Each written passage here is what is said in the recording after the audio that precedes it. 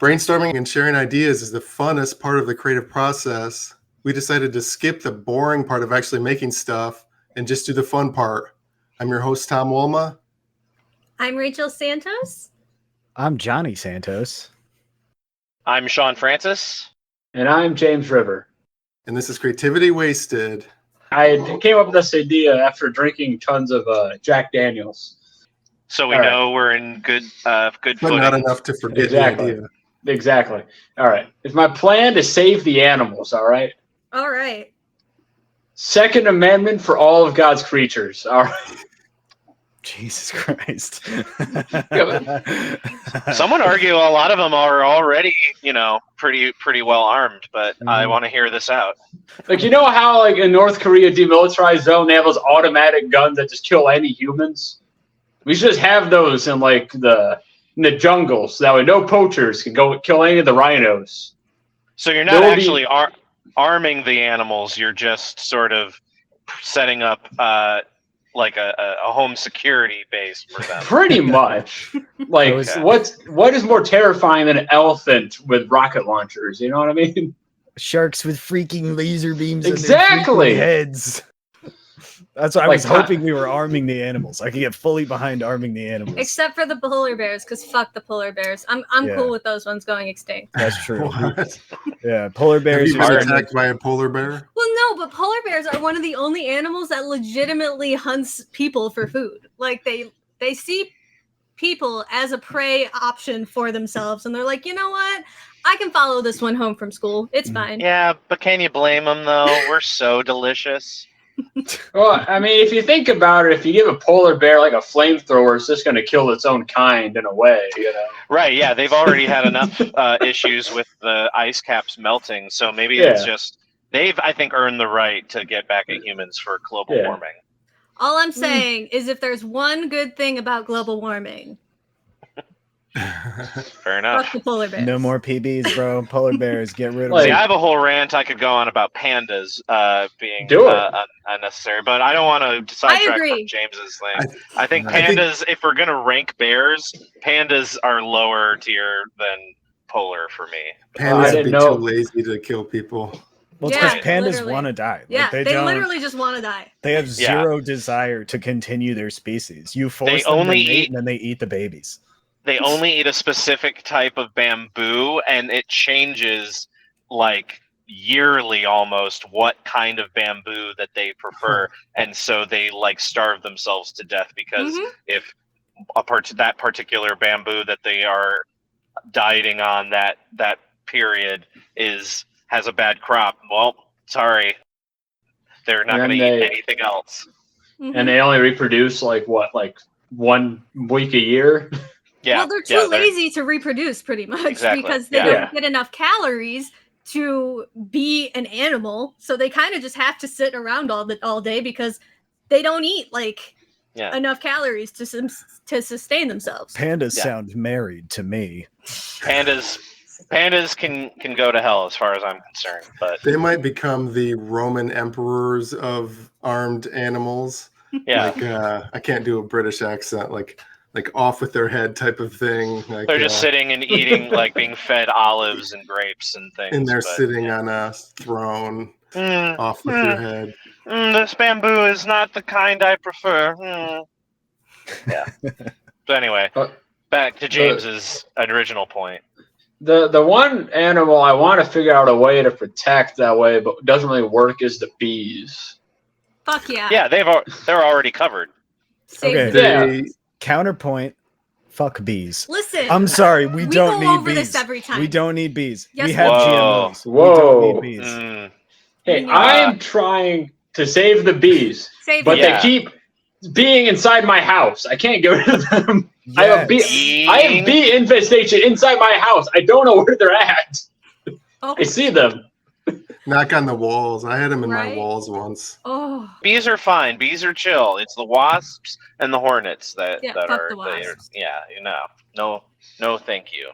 But yeah, bees have been able to protect themselves for a while, I think. So I don't know if they do it. Give them little bee guns, like a little tiny like BB gun, ankle holster gun. Yeah. You can't arm the bees, but you could hide a machine gun in the nest with a little hole. Yeah. There you go. Like a duck blind, but it's a hive. Yeah. Hive blind. Well, whenever a Monsanto employee comes up to it, That's right. Just blasts the Monsanto. Yeah, my one issue so far, James, is that you're choosing some pretty aggressive. Already, like Mother Nature and evolution have sort of already equipped these animals. Like you've got the elephants have the tusks and they're pretty large. I feel like if we're gonna be protecting them, why don't we give them to like the smaller, more defenseless, like the chipmunks or the platypus? I'm just the two most like well-known animal examples off the top of my head. I would like to give each of those animals small pocket knives and then have them battle each other. I like that. Now we're moving more into just like dogfighting territory. So wait a minute. It's less for their benefit and more for our entertainment. I thought that they were only armed against people, but they can also use it to defend themselves against bigger animals, against predators. Well, that would offset the food chain. Yeah, I guess it depends on if there's like large invasive species that are kind of taken over. Like the anacondas in Florida. Yeah, or like the fish in the Great Lake for those sea lampreys. True. Yeah.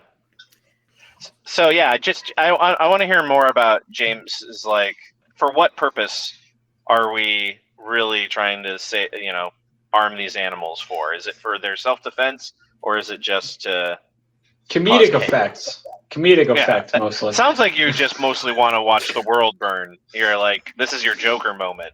I will arm the rainforest. You just start like just showing rainforest animals fucking Andrew Tate videos and giving them guns. Yeah. Hey, I'm an American. I have to come up with American solutions, you know? Could you make like birds shit grenades? Ooh, I like that. Yeah, I like the genetic modification. There it is. Like, there's too much. Like, we've already fed the weapons industry of the world, but especially America. It's out of control. But if we can actually just improve upon evolution or Mother Nature, I'm more interested in that.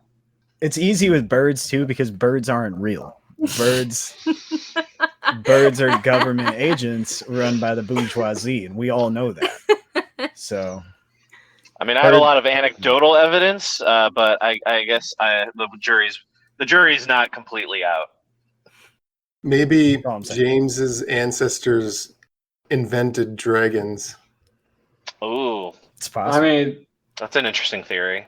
I mean, that's a lot cooler than my actual ancestors, you know? No, it would make sense. Like, the family business, it does sort of get a little watered down over the generations. So you start off with, wizards and alchemy and magic creating dragons. And then now we're just like, I don't know, give the bees knives. That idea is the bee's knees. You can end the podcast right now. Okay, I'm leaving. James is the original Nepo baby of mutations in animals. I'm like the guy from Jurassic Park. David Attenborough. Yeah. I was thinking of Jeff Goldblum. You're too worried about whether or not you could. You didn't stop and think about whether or not you should. Life finds a way. Life always finds a way. That's why we got birds. Birds are actually technically living dinosaurs. Birds are dinosaurs, yeah. Mm-hmm. Fuck birds. So aggressive against a lot of different animals. Hey, I love birds. If an animal ever listened to this podcast, they'd be like, "Man, they're really coming after me hard." I like cats, and now that I think about it, I've been going after all of the same animals a cat would. Oh, there. I mean, like chipmunks, bees in the house. I'm going after those bad boys. Birds. Just a cat person. Polar bears, yeah. famous age-old enemy of all cats. You know what? You know what?